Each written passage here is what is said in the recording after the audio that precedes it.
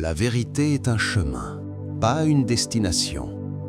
Si vous êtes prêt à continuer ce voyage de découverte, rejoignez l'éveil en vous abonnant et ensemble, levons le voile sur ce qui nous a été caché. N'oubliez pas de laisser un pouce bleu et un commentaire. Plus ancienne, plus profonde et plus dangereuse pour ceux qui ont le contrôle. Vous êtes une âme éternelle et infinie, temporairement assurée de chair. Cette âme, le vrai vous, a été oubliée, enterrée sous des couches de distraction, de désinformation et d'amnésie spirituelle. L'histoire de l'âme n'est pas une métaphore poétique ou une fantaisie religieuse. C'est le mystère central autour duquel les civilisations anciennes ont construit toute leur cosmologie. Mais au fil du temps, ce savoir a été dépouillé, déformé et reconditionné dans des systèmes qui vous font oublier votre origine. Et lorsque vous oubliez d'où vous venez, il devient plus facile de contrôler où vous allez. C'est la véritable raison pour laquelle cette vérité a été cachée. Parce qu'une âme qui se souvient ne peut pas être asservie. Avant de naître, avant d'avoir un nom, un corps ou même une seule pensée, vous existeriez, non pas dans un sens abstrait et poétique, mais en tant que présence consciente, vibrante et vivante. Vous n'avez pas été créé à la naissance et vous n'étiez pas non plus une ardoise vierge attendant d'être écrite par le monde. Vous étiez et vous êtes toujours une étincelle d'intelligence divine, illimitée, éternelle et souveraine. Mais au moment où votre âme a choisi de s'incarner dans ce monde physique, quelque chose a été perdu. Pas votre essence, mais votre mémoire. Un voile a été tiré. Vous avez oublié qui vous étiez, d'où vous veniez et pourquoi vous étiez venu. Cet oubli n'est pas une erreur. Il fait partie de la conception, un accord ancien inscrit dans la nature même de l'incarnation. Dans les traditions ésotériques, des Védas aux écritures gnostiques, l'âme n'est pas décrite comme quelque chose qui s'est développé avec le temps, mais comme quelque chose qui descend des royaumes supérieurs pour faire l'expérience de la densité, de la polarité et de la limitation, pour une seule raison, la croissance par l'expérience. Vous n'avez pas été envoyé ici pour obéir à un système ou pour perpétuer des illusions matérielles. Vous avez choisi de venir ici pour apprendre quelque chose que seul ce royaume peut enseigner. Mais dès son arrivée, l'âme entre dans une matrice, un corps, une famille, une culture, et avec chaque couche, le souvenir s'estompe. Lorsque nous sommes capables de marcher et de parler, nous avons déjà oublié que nous venons des étoiles. Pourtant, dans cet oubli, quelque chose d'autre s'éveille, un désir silencieux. Vous l'avez déjà ressenti, cette étrange douleur dans votre poitrine lorsque vous regardez le ciel, cette certitude silencieuse que vous êtes fait pour quelque chose de plus. C'est l'âme qui chuchote sous le bruit. Elle n'essaie pas de te faire sentir perdu, elle essaie de t'aider à te souvenir. Rappelle-toi que tu n'es pas venu ici pour devenir quelque chose. Tu es venu ici pour te souvenir de ce que tu es déjà. La science dominante n'en parle pas. La plupart des religions l'ignorent. La culture vous en détourne. Et ce n'est pas un hasard.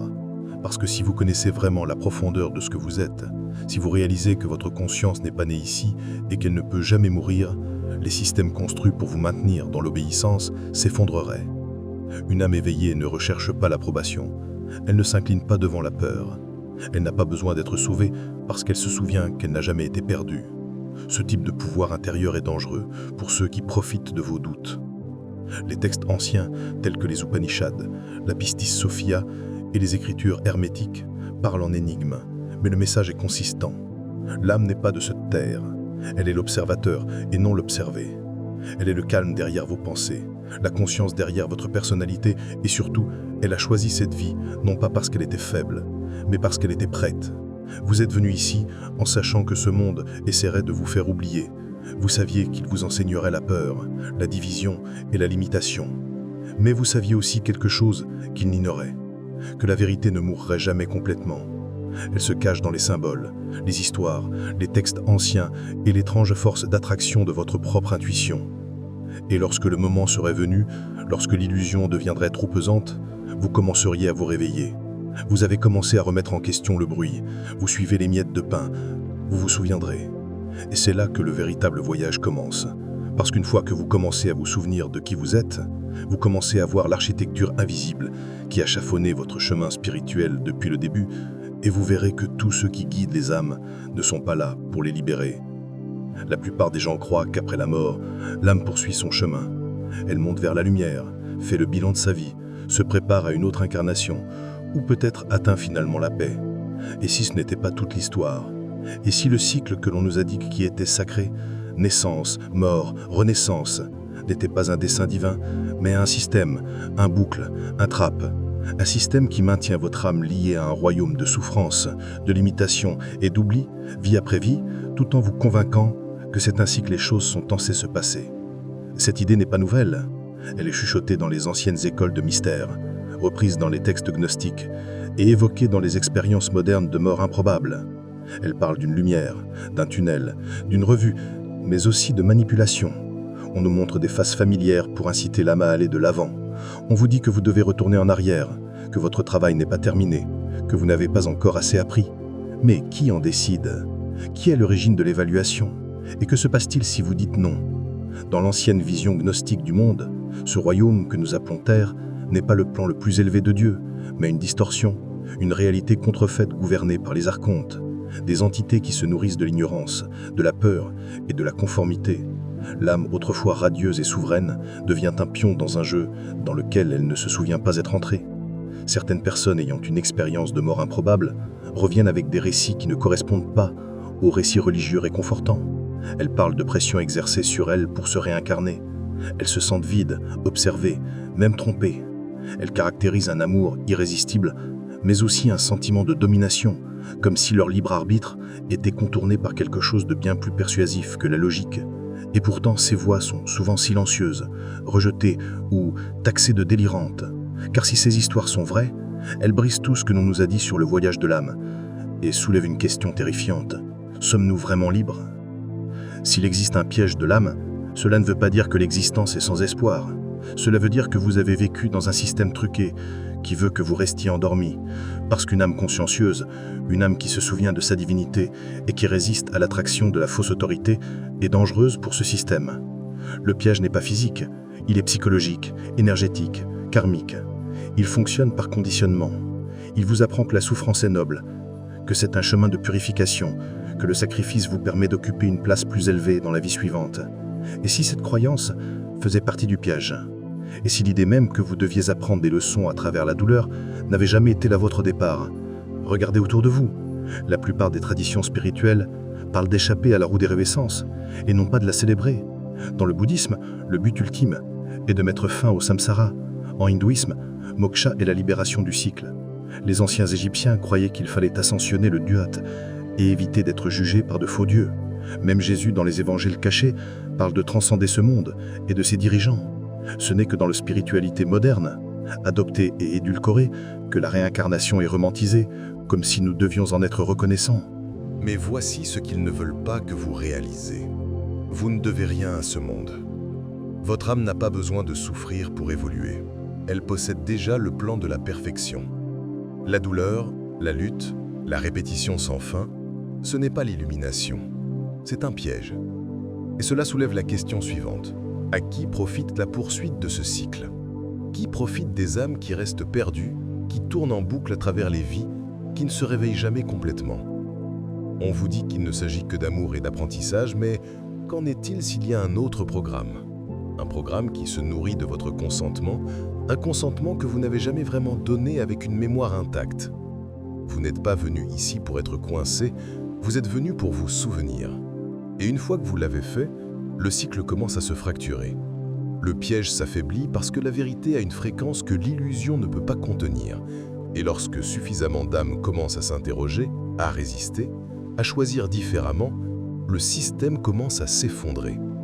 Non pas par la rébellion, mais par le souvenir. Non pas par la fuite, mais par la clarté.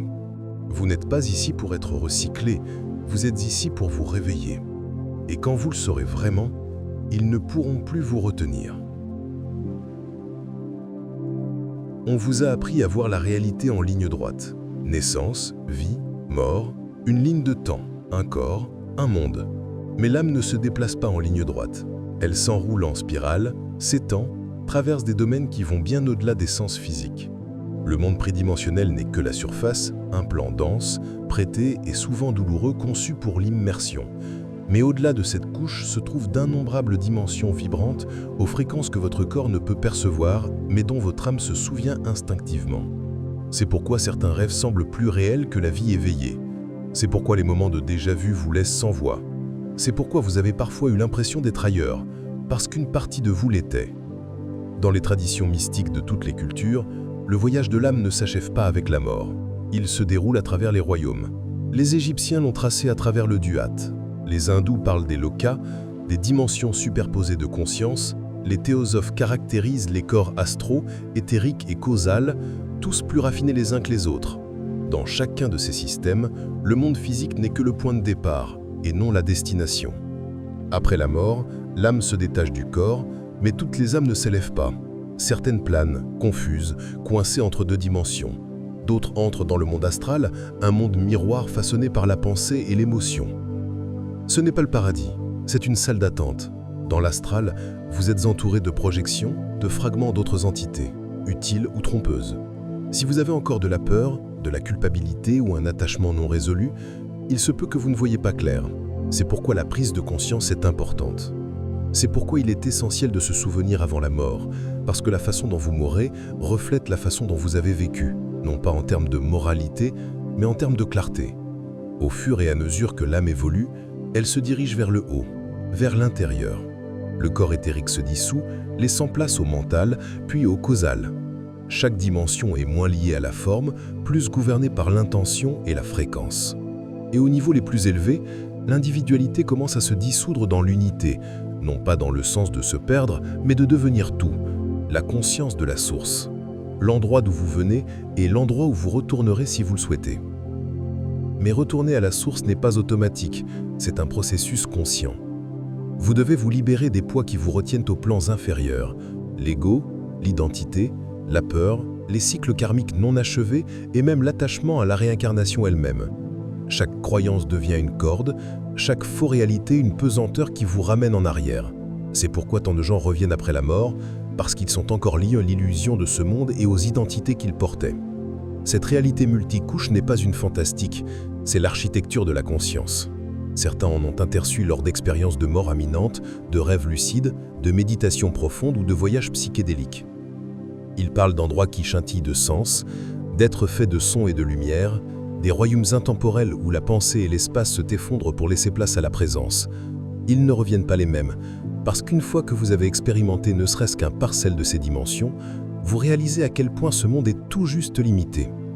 Mais l'objectif n'est pas de s'échapper, c'est d'intégrer, de ramener cette conscience supérieure ici, vivre comme un pont entre les dimensions. C'est ce que fait l'âme éveillée, non pas flotter au-dessus de la vie, mais la traverser avec des yeux qui voient au-delà de la surface. Cela ne veut pas dire prétendre que ce monde n'a pas d'importance, cela veut dire le voir pour ce qu'il est, une salle de classe, une simulation, un défi magnifiquement conçu pour se souvenir. Et si vous avez déjà eu l'impression de ne pas être à votre place ici, il ne s'agit pas d'une dépression ou d'une déconnexion, mais du mal du pays. Votre âme se souvient d'autres lieux que celui-ci, des royaumes où l'attrait n'est pas enseigné, mais connu. Là où l'amour ne se mérite pas, c'est l'air que vous respirez, où le temps n'existe pas et la séparation est un mythe. Mais ces lieux ne sont pas disparus. Ils sont juste voilés, et vous n'y étiez pas censé les oublier à jamais. Vous n'êtes pas limité à ce corps, à cette ligne de temps, à cette version de la réalité. Vous ne l'avez jamais été. Vous êtes un voyageur entre les mondes, et plus vous vous en souviendrez, plus vous aurez le besoin de vous élever, non pas pour fuir, mais pour vous évoluer. La plupart des gens pensent que la vie est un hasard, qu'on est dans une famille par hasard, qu'on noue des relations par hasard et qu'on fait face à des challenges sans rime ni raison. Mais cela ne pourrait être plus loin de la vérité. Avant même que vous preniez votre première inspiration, votre âme avait déjà tracé un chemin. Pas un script rigide, mais un plan jalonné de leçons, de rencontres et de bifurcations. Vous n'êtes pas venu ici sans but, vous êtes venu avec une intention, un désaccord et un programme spirituel spécialement conçu pour votre évolution. C'est ce que certains appellent des contrats karmiques. Ce ne sont pas des punitions. Ce ne sont pas des dettes au sens où nous l'entendons dans le monde physique. Ce sont des accords passés au niveau de l'âme entre vous et d'autres personnes, souvent avec celles avec lesquelles vous êtes incarné de nombreuses fois auparavant. Vous l'avez senti, n'est-ce pas? Cette attitude inexpliquée envers certaines personnes, ce sentiment de familiarité avec un étranger, cette connexion instantanée qui défie la logique. Il s'agit souvent des cordes accordées au-delà du voile, des âmes qui se sont promises de s'aider mutuellement à grandir, parfois par l'amour, parfois par la douleur. Votre famille, qu'elle soit nourricière ou importante, n'a pas été attribuée au hasard. Vos relations les plus proches, celles qui vous ont mis à genoux ou qui vous ont permis de dépasser vos limites, ont probablement été choisis, car ce ne sont pas toujours les douces leçons qui nous réveillent. Parfois c'est la trahison, l'abandon, le chagrin d'amour qui nous oblige à regarder en nous-mêmes et à nous rappeler qui nous sommes. La douleur n'est pas le seul maître, mais dans cette dimension c'est l'un des plus efficaces. Mais il ne faut pas y voir un fatalisme. Le libre arbitre règne toujours. Les contrats peuvent être réécrits, les leçons peuvent être rapportées ou approfondies en fonction de votre choix. Vous n'êtes pas prisonnier de votre karma. Vous y êtes invité. Chaque défi est un miroir. Chaque personne qui vous déclenche est porteuse d'un message. Et chaque fois que vous réagissez, que vous vous fermez ou que vous projetez, vous avez la possibilité de faire les choses différemment. C'est à cela que ressemble la croissance de l'âme. Pas la perfection, mais la prise de conscience. Et cette prise de conscience ne consiste pas à contourner la spiritualité, à dire que tout arrive pour une raison et à éviter la profondeur des émotions que la vie exige de vous. Il s'agit de savoir que votre douleur a un contexte, que votre souffrance n'est pas dénuée de sens, que derrière chaque blessure se cache une porte vers le souvenir. Vous n'êtes pas venu ici pour être engourdi, vous êtes venu ici pour ressentir pleinement, pour vous élever par l'expérience et pour transformer cette douleur en pouvoir. Il n'y a pas de rencontres accidentelles.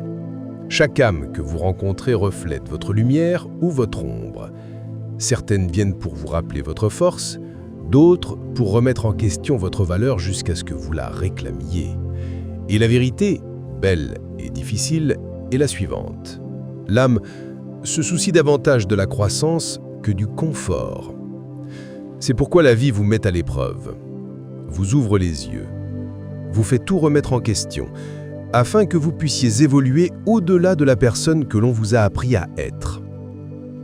Mais les contrats karmiques ne concernent pas seulement les personnes, ils se manifestent également par des schémas, des cycles, qui se répètent sans cesse, jusqu'à ce que vous cessiez de réagir et commenciez à répondre, jusqu'à ce que vous cessiez de vous demander « Pourquoi moi ?», et que vous commenciez à vous demander « Qu'est-ce que cela me montre ?» C'est par ce changement de perspective que l'âme commence à reprendre son autorité. Et si vous vous êtes déjà demandé pourquoi certaines personnes semblent bloquées dans des boucles, attirant toujours les mêmes relations, les mêmes pertes, les mêmes drames, ce n'est pas parce qu'elles sont maudites, c'est parce que le contrat n'a pas été reconnu. La leçon n'a pas été intégrée. La blessure continue d'enseigner, et dès que vous en prenez conscience, le schéma commence à se dissoudre. Cette vie n'est pas aléatoire. Elle n'est pas cruelle, elle est précise. Votre âme savait ce qu'elle faisait lorsqu'elle a choisi ce chemin. Et même si ton moi humain l'oublie, au fond de toi, la partie de toi qui existe au-delà du temps et de l'espace s'en souvient. Chaque expérience est un message. Chaque défi est une initiation. Et chaque moment de conscience est un pas de plus vers la libération. Tout ce qui vous entoure semble solide. Le sol sous vos pieds, le téléphone dans votre main, les murs qui forment votre maison. Et si tout cela n'était pas aussi réel qu'il n'y paraît? Et si le monde physique, celui dont on nous dit qu'il est la seule réalité, n'était qu'une projection, une couche dense d'illusions dans laquelle votre âme a choisi d'entrer pour une raison bien précise? Les anciens mystiques ne se contentaient pas de faire de la poésie lorsqu'ils disaient que le monde matériel est Maya, une illusion. Ils décrivaient une vérité que la science commence à peine à entrevoir. La matière, dans son essence, est de l'énergie vibrante à des fréquences spécifiques. Rien n'est vraiment solide, et ce que nous percevons comme la réalité est filtré par les limites de nos sens et la programmation de notre esprit. L'âme le sait, mais le corps l'oublie. Dès votre naissance, vous êtes immergé dans cette illusion, entraîné à voir avec des yeux physiques et à ignorer les vérités subtiles qui se cachent derrière le voile. On vous apprend à valoriser ce que vous pouvez toucher, mesurer, éprouver et à rejeter ce qui ne peut être vu comme de la fantaisie ou de l'illusion. C'est ainsi que vous vous identifiez à la forme, à votre corps, à votre nom, à vos réalisations, à vos possessions, à votre statut social. Vous vous rappelez que tout cela est temporaire, impermanent et ultimement dénu de sens pour la partie éternelle de vous qui ne meurt jamais. Mais l'illusion ne s'arrête pas à la matière physique, elle s'étend aux idées, l'argent, le succès, le temps. Ce sont des inventions humaines, des constructions créées pour maintenir l'ordre, pour attribuer une valeur, pour vous faire avancer sur un chemin qui semble linéaire et logique. Mais votre âme n'est pas linéaire. Elle ne se déplace pas en fonction d'horloge ou de calendrier. Elle se déplace par résonance, par intuition, par des vérités plus grandes qui ne peuvent être enregistrées, mais qui peuvent toujours être ressenties. Ce monde n'a jamais été conçu comme un but ultime. C'est une scène, un miroir, une simulation magnifiquement complexe où les âmes viennent expérimenter le contraste et rendre l'invisible visible. Et pourtant, en cours de route, le miroir est devenu un piège. Le jeu s'est transformé en prison. Vous avez commencé à croire que ce que vous voyez est tout ce qu'il y a et que le bonheur réside dans la maîtrise de cette illusion au lieu de voir au travers d'elle. Ce n'est pas de votre faute.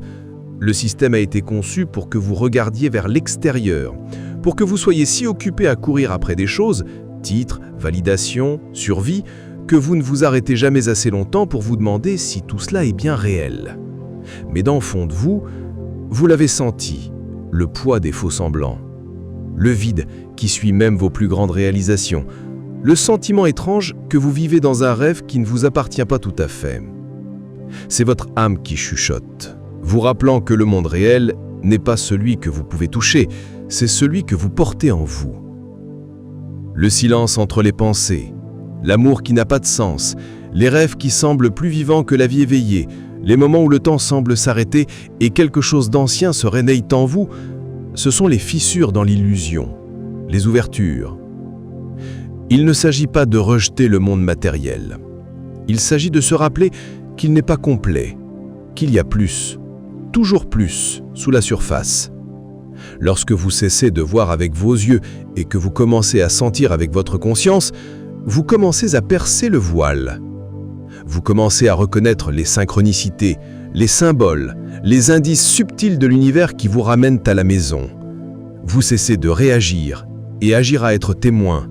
Et dans ce témoignage, l'illusion commence à se dissoudre. La matière n'est pas le problème. C'est l'attachement à la matière qui l'est. Lorsque vous commencez à vous identifier à ce que vous pouvez perdre, vous vous déconnectez de ce que vous êtes vraiment, inaltérable, éternel et libre. Mais lorsque vous vous rappelez que ce corps est un véhicule, ce monde un lent dessin et ces défis un programme d'études, vous vous engagez à marcher différemment. Vous cessez d'accrocher et commencez à circuler. Vous arrêtez de poursuivre et commencez à vous aligner. Vous n'êtes pas venu ici pour vous perdre dans l'illusion, vous êtes venu ici pour vous réveiller à l'intérieur, pour vous souvenir de la lumière alors que vous êtes dans l'obscurité, pour garder conscience de l'éternité tout en jouant ce rôle temporaire. Et lorsque vous faites cela, vous ne vous échappez pas du monde, vous le transcendez. Vous devenez lucide à l'intérieur du rêve et cela change tout. Il y a une raison pour laquelle tant de personnes dans le monde se sentent agitées, désillusionnées et insatisfaites. Il y a une raison pour laquelle les anciens systèmes religieux, politiques, financiers s'effondrent de l'intérieur. Ce n'est pas le chaos, ce n'est pas l'effondrement, c'est l'éveil. L'humanité est au milieu d'un changement, d'un tournant dont les anciennes civilisations ont parlé, encodé dans des prophéties, des cartes stellaires et des textes oubliés. Et si vous êtes en vie en ce moment, en train de lire ça, ce n'est pas un accident. Votre âme a choisi d'être ici à ce moment précis parce que quelque chose au fond de vous savait que ce serait la vie dont vous vous souviendriez. Se souvenir de qui l'on est, cet éveil, n'est pas bruyant. Il n'est pas toujours visible de l'extérieur. Il est subtil, comme une fissure dans le mur qui laisse passer la lumière. C'est l'envie soudaine de remettre en question ce que l'on acceptait auparavant sans hésitation. C'est l'inconfort ressenti dans des endroits qui vous sembleraient auparavant sûrs. C'est le moment où votre vérité ne correspond plus à votre ancienne vie. C'est cela, l'éveil. Ça ne ressemble pas toujours à une retraite spirituelle ou à une grande vision. Parfois, Il s'agit d'une rébellion tranquille, d'un refus de continuer à faire semblant. Au fur et à mesure que les âmes commencent à se souvenir, l'illusion s'affaiblit. Les structures construites sur la peur et la division commencent à perdre leur emprise. C'est pourquoi on a l'impression que tout s'écroule, parce que c'est le cas. Mais c'est seulement pour que quelque chose de plus vrai puisse prendre sa place. Vous n'êtes pas censé vivre toute votre vie en dormant. Vous n'avez pas été conçu pour suivre les ordres, jouer petit ou vous fonder dans la masse. Vous êtes venu ici pour vous réveiller du mensonge et aider les autres à faire de même, simplement en étant ce que vous êtes, une âme pleinement incarnée. Il ne s'agit pas de devenir quelque chose de nouveau, il s'agit de se défaire de tout ce qu'on vous a dit d'être. Il s'agit de se débarrasser des identités, des rôles, des attentes qui ont été placées sur vous avant même que vous ne connaissiez votre propre nom. Il s'agit de voir à travers les masques et de se souvenir du visage qui se cache en dessous, la partie de vous qui existait avant la programmation, avant la peur, avant l'oubli. Lorsque vous commencez à vivre à partir de cet endroit, à partir de l'âme, tout change. Vous ne vous contentez pas de réagir à la vie, vous y répondez. Vous ne vous contentez pas de survivre, vous créez. Vous commencez à entendre votre intuition plus clairement. Vous commencez à voir des schémas et des signes qui ont toujours été là, vous guidant. Vous ressentez une confiance tranquille qui n'a pas besoin de prouver quoi que ce soit parce que vous n'essayez plus d'être quelqu'un. Vous êtes tout simplement. Mais l'éveil n'est pas facile. Il vous demande de renoncer à vos certitudes, de vous éloigner de votre confort, de remettre en question les croyances qui définissaient autrefois votre réalité. On peut se sentir seul. Il peut être terrifiant, parce que l'ancien vous doit mourir avant que le vrai vous puisse renaître. Mais dans cet espace, dans l'inconnu, vous trouverez quelque chose de vrai. Quelque chose qui ne peut pas être ébranlé ou pris. Vous vous trouverez vous-même. Et lorsque suffisamment de personnes le font, lorsque suffisamment d'âmes se souviennent de qui elles sont, le monde commence à changer. Non pas du haut vers le bas, mais de l'intérieur vers l'extérieur. Le changement ne commence pas avec les systèmes, il commence par la conscience. Et en ce moment même, cette conscience s'élève.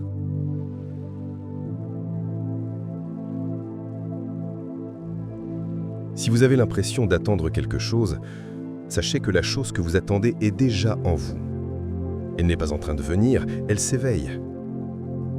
Et dès que tu cesseras de la chercher et que tu te tourneras vers l'intérieur, tu te rendras compte que tu n'as jamais été perdu. Vous ne faites que rêver. Et maintenant, il est temps de se réveiller.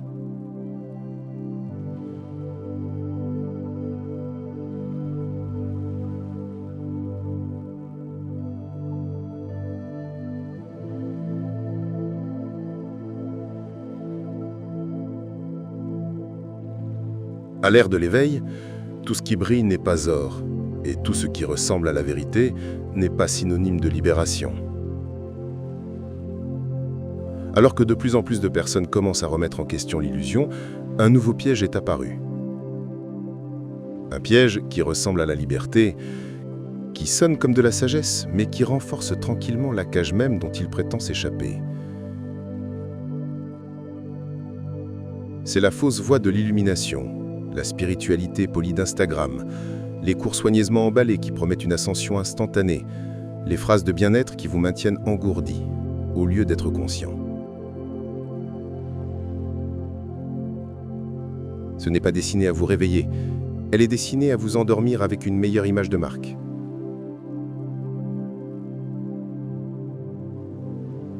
Le vrai éveil est brut, il est inconfortable. Il vous demande de regarder votre ombre et pas seulement votre lumière.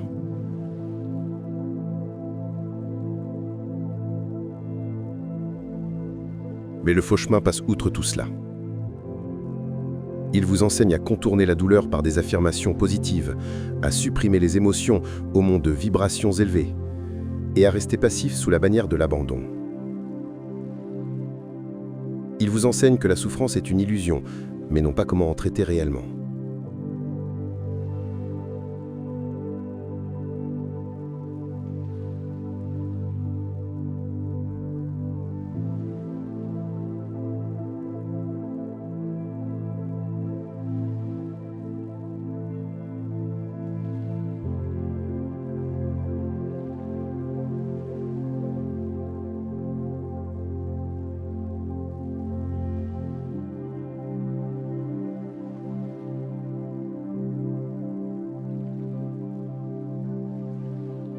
Se réveiller n'est qu'un début.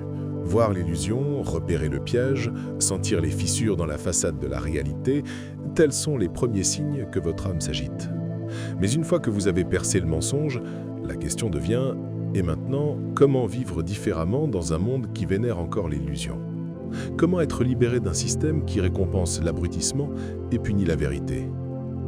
La réponse n'est pas de s'échapper, mais de se réaligner, non pas avec le monde, mais avec la source, avec la fréquence originelle d'où vous venez, avant que le bruit de ce royaume ne vous fasse oublier. Se libérer ne se fait pas d'un seul coup, elle se produit par moments. Le moment où vous faites une pause, au lieu de réagir, le moment où vous choisissez le silence plutôt que la distraction, le moment où vous dites non, non pas parce que vous êtes en colère, mais parce que vous ne vous sentez plus coordonné.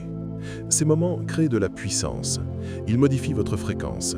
Ils rétablissent votre connexion à la source et, lentement, vous cessez de vivre comme le produit d'une programmation et commencez à vivre comme une âme souveraine. Il n'est pas nécessaire de partir à la montagne ou d'abandonner sa vie pour se rappeler qui l'on est. Le souvenir se produit là où vous êtes, au travail, dans les relations, dans les routines quotidiennes, mais il commence par la présence, en étant éveillé à l'intérieur de votre propre histoire. Plus vous êtes présent, plus vous remarquez les façons subtiles dont vous donnez votre pouvoir, par vos mots, par votre attention, par vos pensées. Chaque fois que vous choisissez la conscience, vous récupérez une partie de vous-même. Se reconnecter à la source, ce n'est pas adopter de nouvelles croyances, c'est se débarrasser de celles qui n'ont jamais été les vôtres. Il s'agit de ressentir plutôt que de penser. Faire confiance à son intuition, même si elle n'a pas de sens logique, lâcher les identités qui vous semblent lourdes, choisir des personnes, des espaces et des idées qui vous ramènent à votre centre. Il s'agit moins d'en rajouter que de se débarrasser du bruit pour pouvoir entendre la vérité qui a toujours chuchoté en filigrane. L'hygiène énergétique fait partie de ce processus. La nourriture que vous mangez, le contenu que vous consommez, les personnes dont vous vous entourez, l'énergie que vous laissez entrer dans votre champ, vous alignent ou vous désalignent. L'alignement n'est pas une question de perfection, mais d'honnêteté. Si quelque chose vous épuise, c'est un message. Si quelque chose vous inspire, c'est un fil d'Ariane. Suivez cette piste. Votre âme a laissé des indices partout. Les rituels sont utiles, mais pas parce qu'ils sont magiques. Ils sont utiles parce qu'ils ancrent votre conscience. Allumer une bougie, s'asseoir en silence, s'adresser à l'univers à voix haute, ces petits gestes rappellent à votre âme que vous l'écoutez, que vous êtes prêt à co-créer, que vous vous souvenez du chemin de la maison. Vous n'êtes pas seulement là pour vous réveiller. Lorsque vous vivez à partir de votre âme, vous devenez un détenteur de fréquences. Votre présence perturbe les schémas, votre clarté libère l'espace. Vous n'avez pas besoin de prêcher ou de prouver quoi que ce soit. Le simple fait d'être aligné devient un acte de révolution tranquille. Les gens le ressentent, même s'ils ne peuvent pas l'expliquer. Et dans un monde accro à la confusion, la clarté est magnétique. Le chemin du retour à la source n'est pas une échelle que l'on gravit, c'est une spirale vers l'intérieur. Chaque fois que vous vous tournez vers l'intérieur, chaque fois que vous vous rappelez qui vous êtes, vous vous rapprochez, non pas de quelque chose d'extérieur à vous, mais de la partie de vous qui n'est jamais partie. Elle se trouve toujours au centre de toutes les choses, touchée par le temps ou les traumatismes.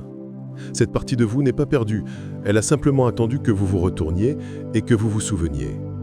La véritable liberté ne se trouve pas dans ce que vous fuyez, mais dans ce à quoi vous revenez. Et vous y revenez en vivant dans la vérité, dans l'alignement, dans la conscience. C'est à quoi ça ressemble la véritable rébellion.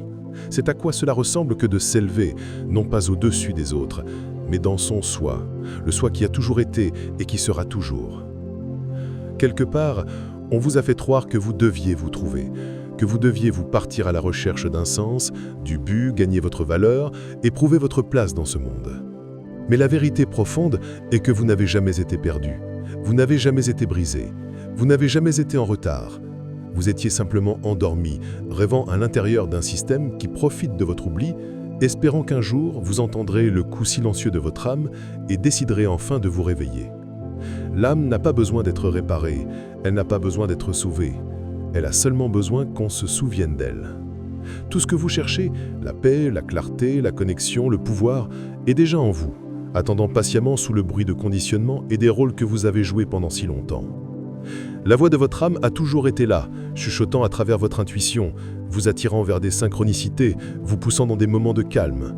Et chaque fois que vous l'avez ignorée, chaque fois que vous avez douté d'elle, elle ne s'est pas mise en colère. Elle a simplement attendu. Vous n'avez jamais été ici pour suivre les scripts, vous étiez ici pour vous souvenir du vôtre, celui que vous avez écrit avant d'arriver, celui qui n'est pas basé sur la peur, la pénurie ou la honte, celui qui s'exprime par des symboles, des sentiments et des connaissances. C'est le chemin de la maison. Pas à l'extérieur, mais à l'intérieur. Pas en haut, mais en profondeur. C'est dans les moments où vous vous sentez le plus réel, le plus aligné, le plus libre. C'est votre âme qui dit « Oui, c'est ça, c'est qui nous sommes ». Alors si vous avez erré, si vous avez eu l'impression de vous être trop éloigné, sachez ceci. Vous ne pouvez pas être trop éloigné de ce qui vit à l'intérieur de vous. Vous n'avez pas besoin de devenir plus spirituel, plus discipliné, plus parfait. Vous avez simplement besoin de ralentir, de vous débarrasser du bruit et d'écouter. Le souvenir est déjà en train de se produire. C'est pour cela que vous êtes ici. C'est pour cela que ce message vous a trouvé, parce que votre âme se réveille, que le monde change et que vous faites partie de quelque chose d'ancien et de puissant qui se déroule en ce moment même. Vous n'êtes pas seul. Des millions de personnes se réveillent à vos côtés. Certains en silence au milieu de la nuit, d'autres par la douleur, d'autres par curiosité. Tous suivaient la trace de vérités oubliées, enfuies dans leur DN, dans leurs rêves, dans l'attrait qu'ils ne peuvent pas expliquer. Ensemble, nous défaisons des générations d'oubli. Nous nous rappelons non seulement qui nous sommes, mais aussi ce que nous sommes venus faire ici, non pas pour nous intégrer, mais pour réaligner ce monde à la vérité, pour apporter la lumière, non pas par la force, mais par la fréquence. Il y aura des jours où vous retomberez dans le sommeil. Ce n'est pas grave. Le souvenir est une spirale, pas une ligne droite. Chaque boucle vous rapproche. Chaque moment de prise de conscience approfondit votre connexion. Vous n'avez pas besoin de vous presser. L'âme ne fonctionne pas dans l'urgence. Elle sait que ce qui est voulu vous trouvera toujours quand vous serez prêt, non pas quand vous serez pressé. Et vous êtes prêt maintenant. Vous ne seriez pas ici si vous ne l'étiez pas. Ce n'est pas la fin de votre journée, c'est son retour. Un retour à la souveraineté, à la clarté, à la présence. Un retour à l'endroit en vous qui ne connaît ni peur ni doute. L'endroit où l'âme laine et non pas le monde. Là où la vérité murmure plus fort que le bruit. C'est alors que tout change. Non pas parce que le monde devient soudainement facile, mais parce que vous vous engagez à y vous déplacer en tant que qui vous êtes vraiment. Alors suivez votre chemin avec présence. Laissez votre âme parler plus fort que votre peur. Honorez ce qui vous semble juste, même si c'est difficile. Et surtout, croyez que chaque pas en avant est un pas à l'intérieur, un pas vers la maison. La vérité est un chemin, pas une destination. Si vous êtes prêt à continuer ce voyage de découverte, rejoignez l'éveil en vous abonnant et ensemble, levons le voile sur ce qui nous a été caché. N'oubliez pas de laisser un pouce bleu et un commentaire.